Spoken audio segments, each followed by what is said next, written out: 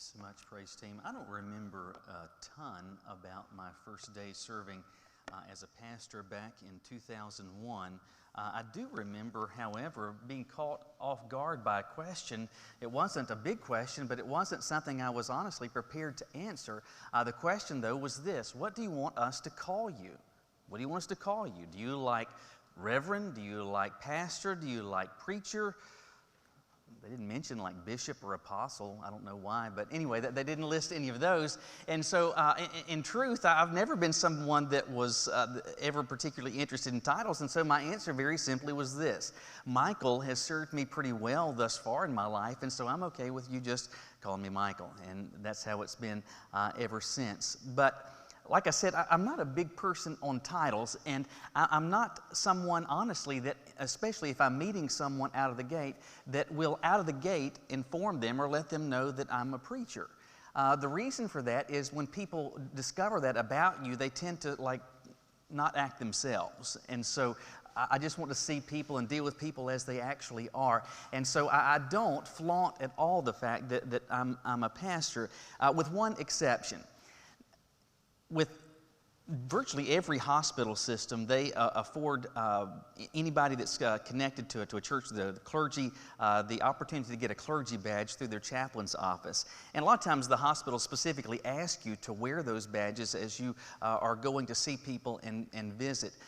In Charlotte, it was particularly nice, especially, I guess it was just called Novant Charlotte, I don't know, but that used to be Presbyterian Hospital. I loved having a clergy badge there because it would open the parking deck in the basement where the doctors park. And so you got to park down there. It was really close to be able to get inside. And it was always kind of cool. You could say, Dr. Carr, Preacher Carr, Dr. Carr, as you were in there. At Carolina's Medical Center, there was it would keep you out of the most awful parking deck that has ever been created, and so that was nice. Over at Baptist Hospital, one of the perks is that with that card, as you're leaving the parking deck, you can just hold it up, and you don't even have to stop and talk to the attendant, and you're just able to get out of the parking deck without having to pay. So that's really nice. In terms of Cone Hospital, they don't do a ton of stuff, but I still wear that, especially if I go to the cafeteria. And if I go to the cafeteria, I make sure that in fact, a lot of times I may have it like on my belt loop, but I make sure that I put it like up here prominently. I want them to see that because with that on, they give you 20% off. Now, I'm not suggesting that having a clergy badge is like having oceanfront property. I'm not suggesting that. But I am saying this: there are some perks, there are some benefits that come. I mean, there's some benefits that I enjoy that other people don't experience because of my status, because of who and what I am. Some benefits that I experience. But let me ask you this: why do I experience those? Well, for one thing, the reason that I experience those is because, especially in a non-COVID world, I go to the hospital a lot. I mean, over the years, I've made literally thousands of hospital visits. And so that's why you get to be able to do this, because you're there on a regular basis. So I guess what I'm saying is this: there are benefits that come, but the benefits come with responsibility. I get these perks, but it comes with the responsibility of actually having to go and pay these visits. Many times what we tend to think about as people are benefits that we experience, but oftentimes the benefits, the perks that we experience, they do come with responsibilities. That's something that we want to think about today as part of a continuing series that we're calling Identity. And what we're thinking about is this: who and what it is that you are as a follower of Jesus. And the specific question I want you to think about with me today, though, is this: as a follower of Jesus, there really are some meaningful, significant benefits that we experience. Some benefits that aren't extended to those that are not in a relationship with God, that aren't found among those that do not have a relationship with Jesus. But the benefits we experience, they don't occur in a vacuum. They occur paired with responsibility. So the question we want to think about is this: what are some of the benefits and the responsibilities that I experience, that you experience as a follower of Jesus? Let's see how God used Paul to answer that question today in Ephesians chapter 4. Ephesians chapter 4, and we're going to start reading the first 3 verses. We're going to pick up the remainder starting at verse 11 in a few minutes. Just leave your Bible open. Ephesians 4, starting with verse 1. Paul says this: Therefore, I, the prisoner in the Lord, urge you to live worthy of the calling you have received, with all humility and gentleness, with patience, bearing with one another in love, making every effort to keep the unity of the Spirit through the bond of peace. All right, and we'll pick up more in just a moment, but even in just these initial verses, in these first 3 verses, God is using Paul to answer the question about what the benefits, but also what the responsibility are that come with the benefits that I experience as a follower of Jesus. And the first benefit and responsibility that we experience is this, that I am called, that's the benefit. So the responsibility is this, so I should act worthy. As a follower of Jesus, I am called, so I should act worthy. In verse 1, he starts by reminding these believers in the city of Ephesus that he is a prisoner, but he says specifically that he is a prisoner in the Lord. Interestingly, he doesn't say, I am a prisoner of Rome, even though it is because of the Roman government that he is imprisoned. He views and understands this, that he is imprisoned, that he's lost his freedom right now because of his commitment to Jesus. And that's put him on the business end of the ire of the Roman government, and that's led to his imprisonment. So he views himself, I'm a prisoner, but I'm a prisoner in the Lord. It's because of him and my commitment to him that I lack freedom now. And with that in context, he says, I'm urging you. So I'm urging you who are like me in the sense that you have a relationship also with Jesus.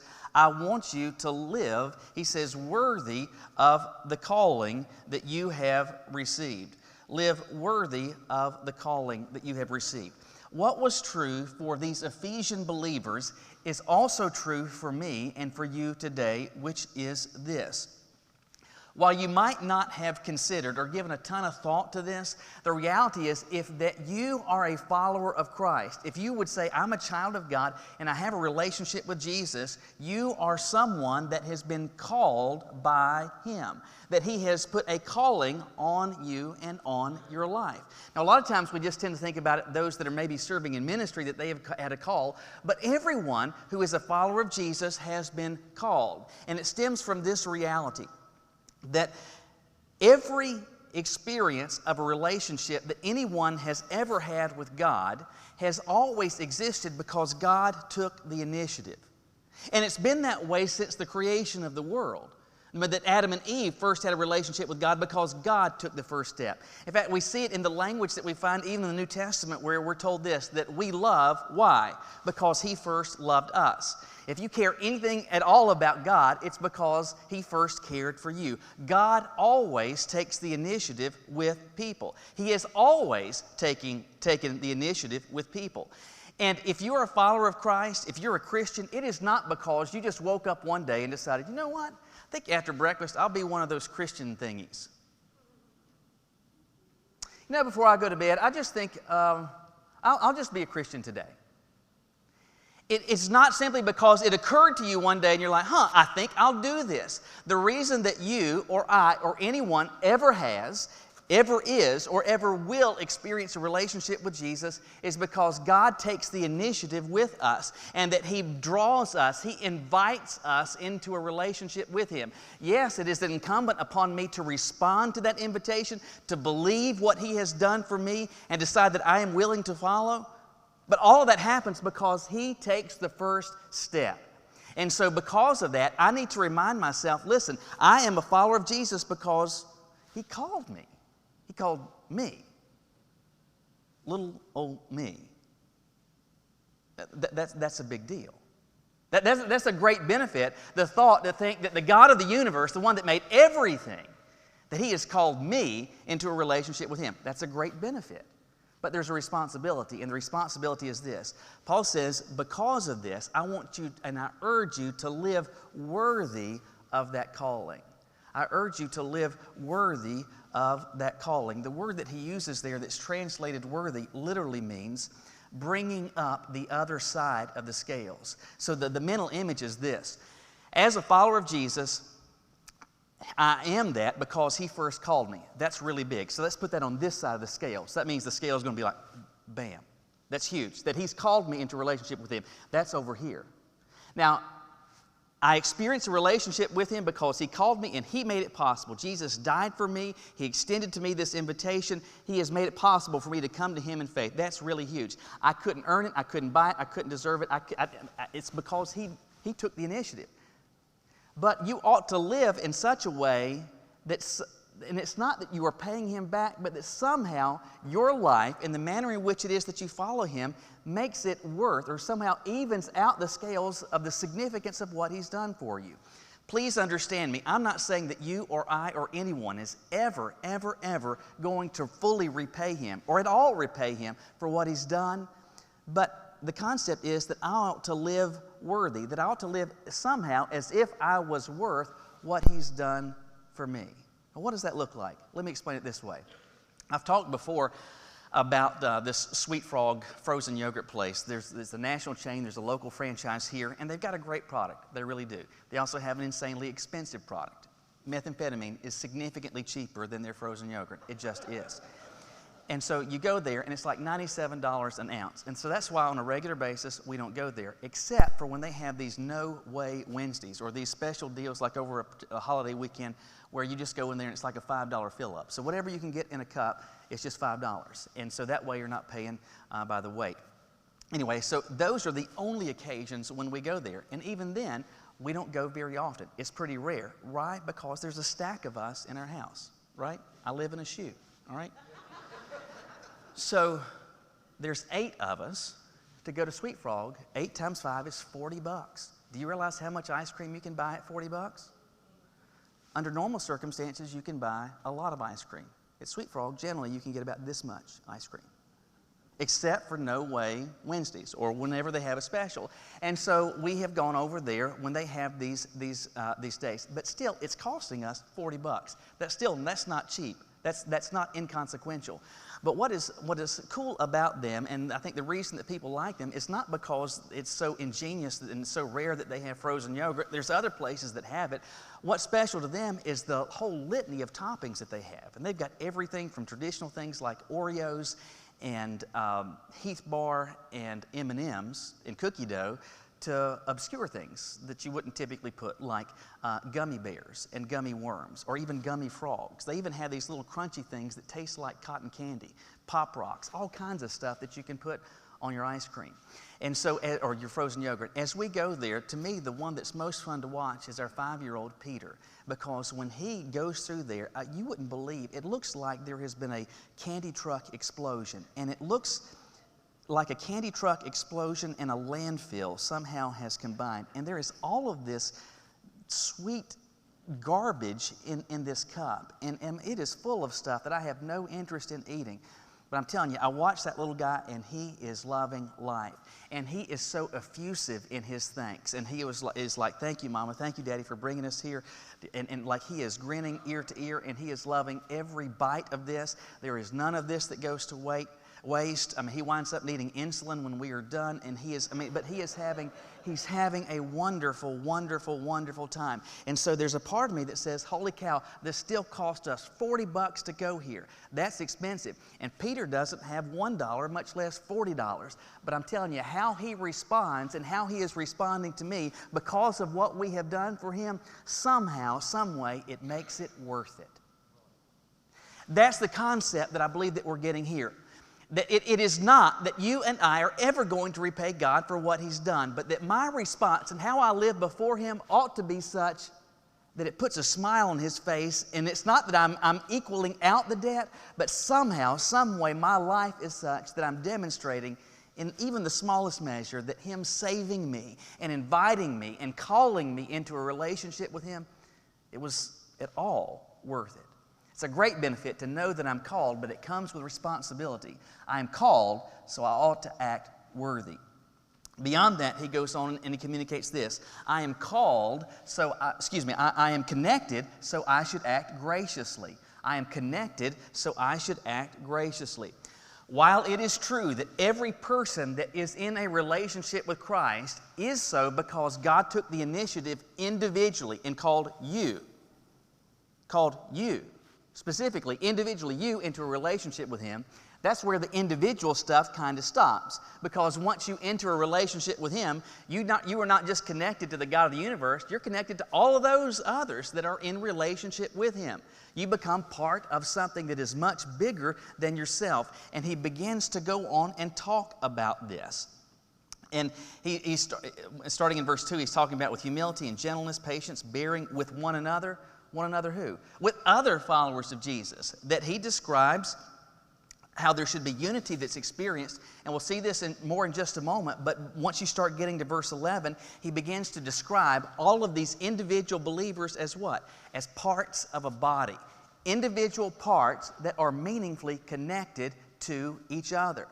As a follower of Jesus, it is wonderful to know that you are called, but you are not called in isolation. You are called alongside others, and you are connected to them.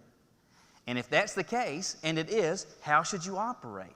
He says that you ought to operate this way, with humility, with gentleness, patience, bearing with one another in love, making every effort to keep and maintain the unity of the Spirit. There are a lot of things that we have learned over the past year because of the experience of this pandemic. And hopefully, and certainly it's the case that we are closer to the end of the tunnel than we were a year ago, but it's crazy to think that it's still going on. Nevertheless, one of the things that we have discovered, all of us, everybody's experienced, is especially after the shutdown took place and everything just kind of goes on pause for a while, it just kind of got underscored in all of our minds just how important it is to be in relationship with other people, isn't it?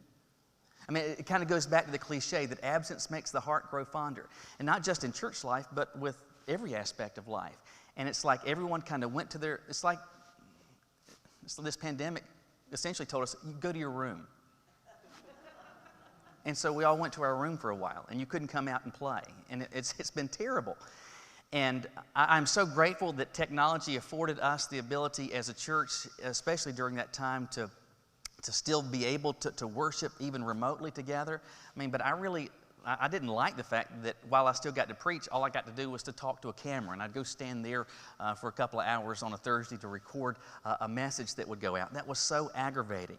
But for all of the aggravations that we have experienced, there are some families that have experienced some real and meaningful and tragic loss. And to me, it is particularly upsetting to think about those that, especially early on in the pandemic, that when somebody got sick, they went to the hospital, they could go on a ventilator, and they could get at death's door. And you know what would happen with their family? The best they could do is to be outside and look up at the window, only to hear over the phone, "I'm sorry, but your loved one is gone." That's terrible. That's tragic. I think that is absolutely heartbreaking. And it has underscored just how important it is and how valuable it is that we are connected with other people.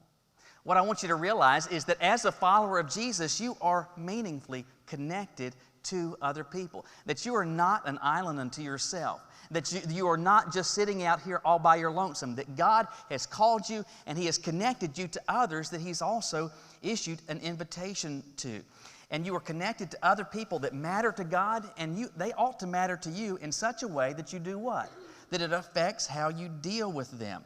That I deal with them and I deal with others. I deal with you, you deal with me with what? Humility, gentleness, patience, bearing with each other in love. If I could summarize that, it would be this. I'm connected to other people, so I ought to deal with them graciously. You are connected with me, you ought to deal with me graciously. You are connected to other followers of Jesus, and you ought to deal with them, in summary, graciously. Why is that? Well, I've just described to you before how about 6 weeks ago, I guess, I had taken Nathan to the DMV to get his learner's permit. And while we were there, one of the things that I was paying attention to was the interaction that other people had with the DMV staff. And as I was seeing this, I would see people be kind of less than nice and kind of frustrated with the DMV staff. Also notice that the staff is not always, well, you know. Anyway, so once it comes time, Nathan has finished the test. He's passed that. It's time for them to get his information to be able to put all that stuff in the computer to issue the permit. I'm able to be there, and we're just small talking with the DMV inspector. And I said to this guy, I said, I don't really understand. I've noticed people kind of being mean and curt with you, and I don't get that. And the reason is this: you have the ability to make my life very, very miserable. There's a lot of I's that you can make me dot, a lot of T's that you can make me cross, a lot of hoops that you might create for me to have to jump over. And do you know what I'm going to have to do? I'm going to have to dot every one of those I's. I'm going to have to cross every one of those T's, and I'm going to have to go through every one of those hoops. Do you know why? Because what you have, I can't find anywhere else. The reason that the DMV is in business is because there's no competition, right? But what they have, you go there and you experience that. You go through that. Why? Because it cannot be found anywhere else. Now, we think about that in the negative sense, but here I believe we have the concept in an altogether more positive light, and that's this: that what we experience as followers of Jesus, being connected with each other, the connection that we experience is so significant, it is so positive, it is so meaningful. We ought to deal with each other graciously, because what we have, you can't just find this anywhere else. You can't find this being a member of Sam's Club. You can't find this joining the pool at your neighborhood. You can't experience this being connected with the Rotary. You can't experience this being part of a union. I'm telling you that what we experience collectively as a follower of Jesus is something that is absolutely, completely unique, that can't be found anywhere else. Because of our common commitment to Jesus, we are able to experience something that bridges everything else that could otherwise be a divide that we observe in society and culture. That whether you're a male or female, white, black, Asian, Hispanic, whatever it is, that the gospel and our common relationship with Jesus, it bridges that. Whether you know a lot from a book or you can hardly even read a book, whether you are tall or short, or you are old or you are young, or whether you are from an established family or you don't know who your dad is, it doesn't make any difference that we are able to be connected, meaningfully connected with others. Why? Because we're connected through Jesus. That's a huge benefit, an enormous benefit, but it's a benefit that comes with responsibility. This type of commitment, this type of connection can't be found anywhere else. So we ought to treat it like it's special. I ought to treat you like you're special, and I need to deal with you. We need to deal with each other graciously. Last thing I want you to see is this. In terms of benefit, I am gifted. I am gifted. But with that comes a responsibility, and that's this: I need to function. I am gifted, so I need to function. Look with me starting in verse 11.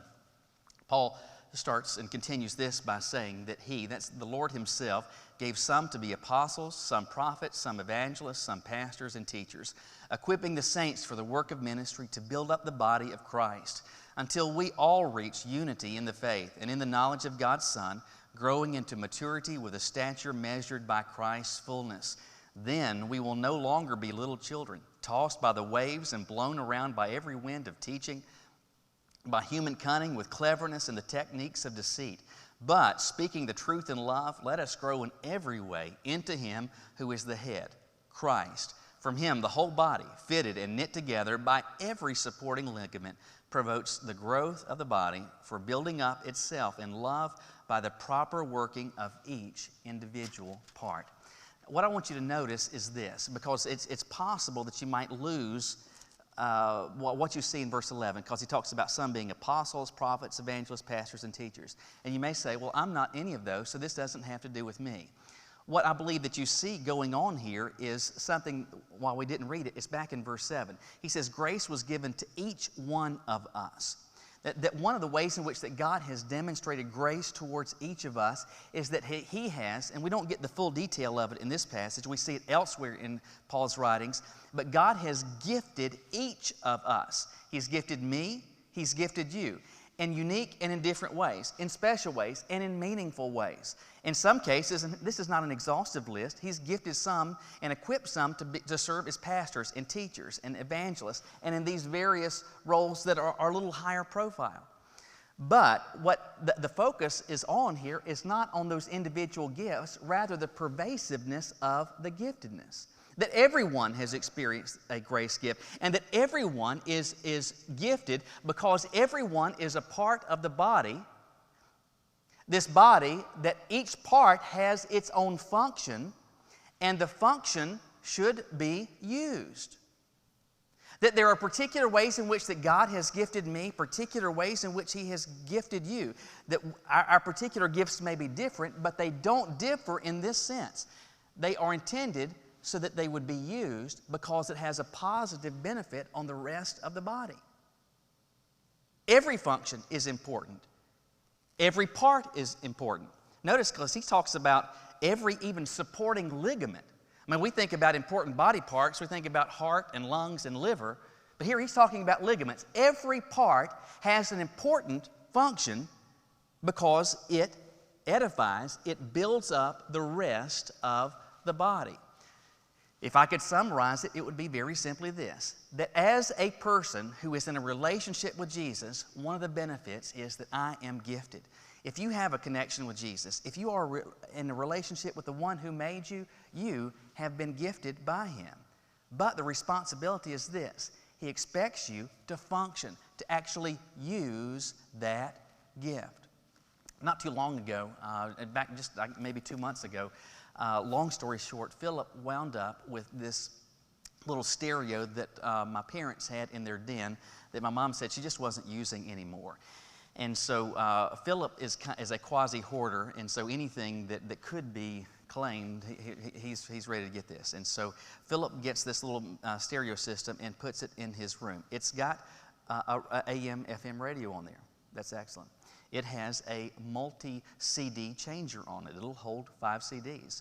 It has an auxiliary input so that you could connect a phone or an MP3 player to it. But what was unique to Philip is that it also has a twin cassette deck.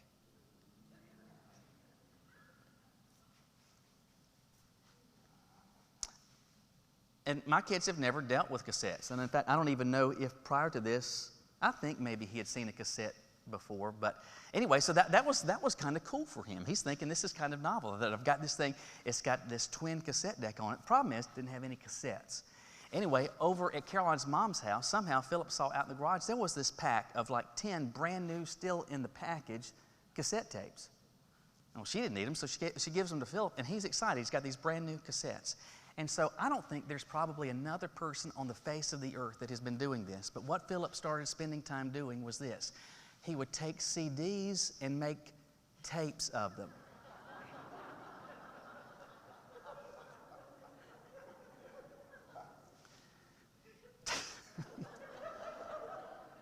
I feel like I should start singing If I Could Turn Back Time. Anyway, I won't do that. Here's a question. Why would he be doing that? In his mind, I believe this is the rationale. It's got a tape player.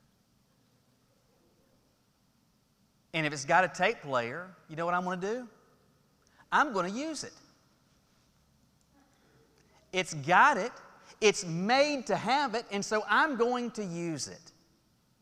It is that same thought that ought to characterize me as a follower of Jesus, that I have been gifted by God with some measure of gift or giftedness.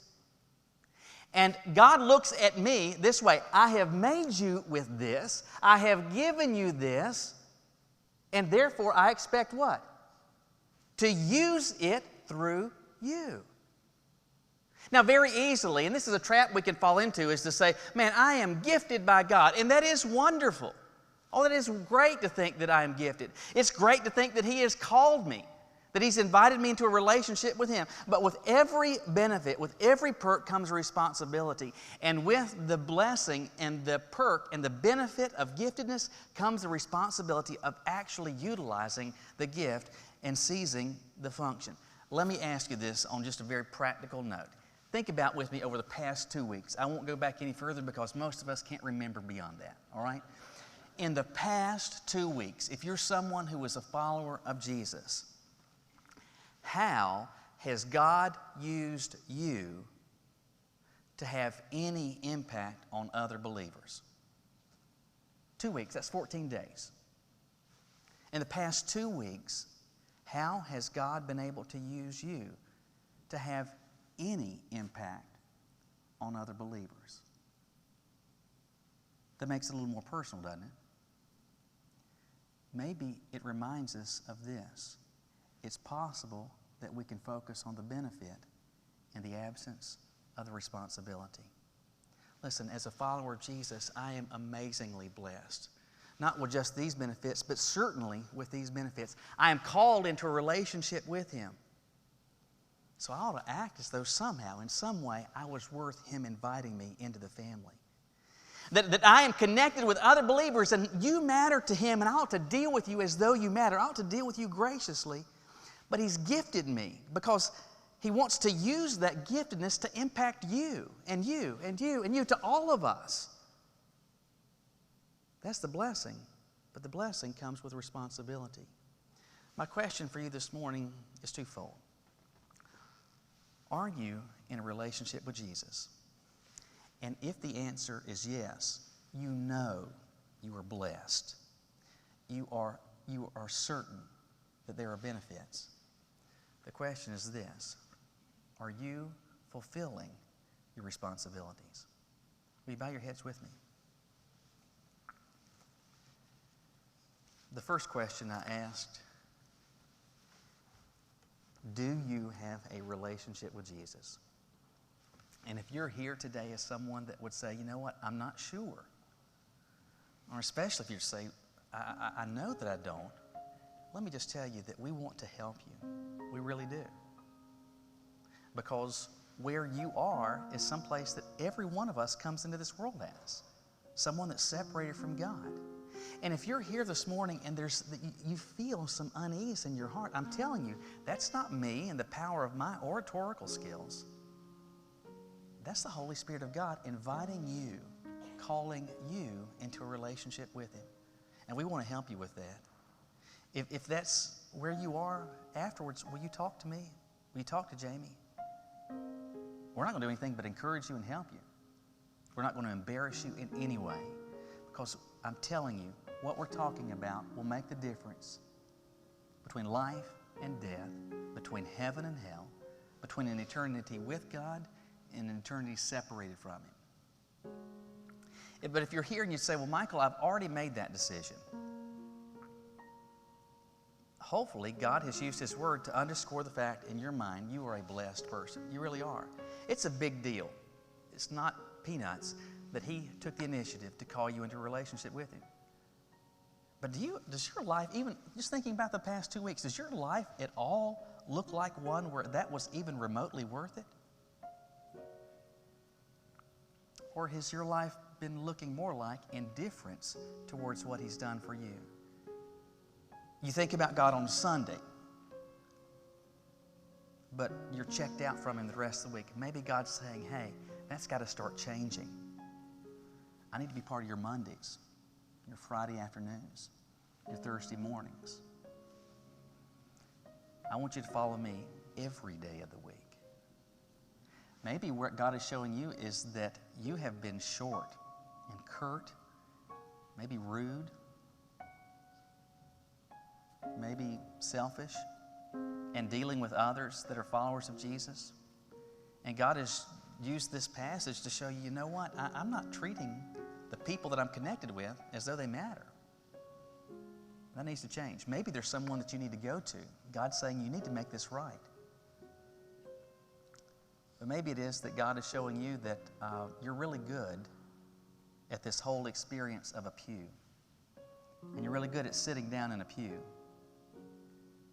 Kind of like a bleacher, where you watch what's going on, but you're not actually connected to it.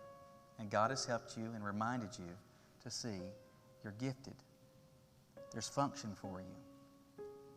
In the past 2 weeks, there's been nothing that's had an impact on another follower of Jesus, and that's got to change. You are blessed, but with blessing comes responsibility. As the Holy Spirit of God is speaking to you, will you just take a moment right where you are? If you're watching, and if we can help you in any way, will you reach out to us? Let us share with you in any way that we can help you in your walk with God. But whatever it is that He's saying to you, He wants you to respond. So as He's speaking to you, we take a moment and talk to Him this morning.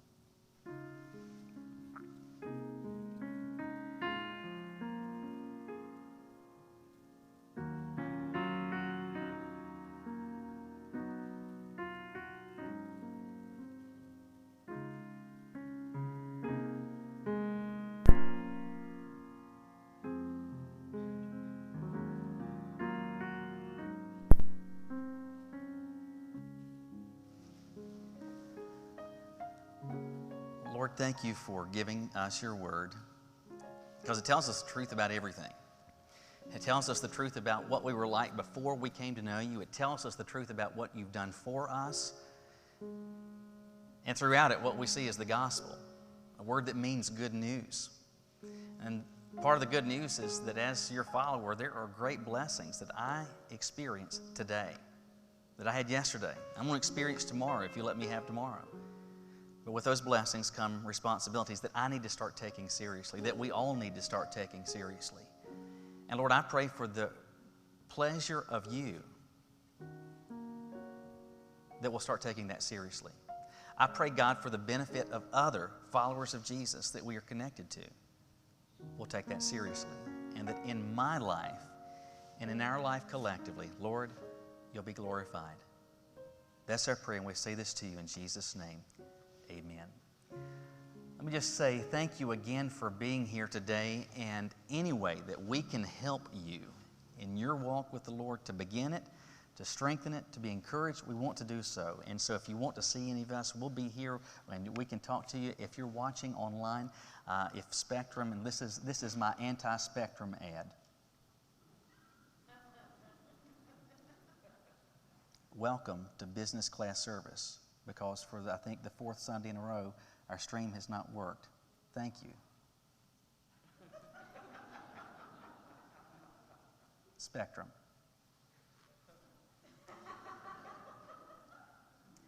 We're doing everything we can to get that going, but if you're watching whenever it is that you see this, if we can help you, contact information will be showing up, and we want to do that. If you're here as a guest, though, and you'd like some more information about our church, we'd love to give that to you at the Welcome Center out in the main lobby. Thank you for being here today. Deacons, let me remind you, we're meeting today, 4 o'clock via Zoom. That email went out this morning, so if you have some problems with that, give me a call. Otherwise, we'll see you then.